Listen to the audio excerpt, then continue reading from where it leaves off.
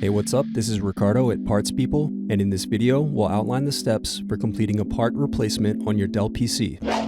Visit our website and use this coupon for a 5% off discount.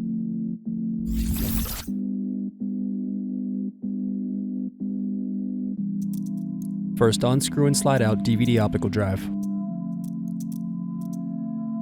Then unscrew and remove bottom base.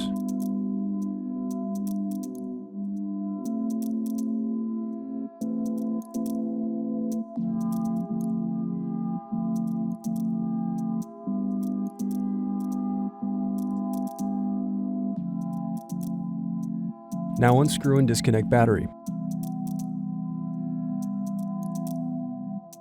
Now unscrew and remove heatsink.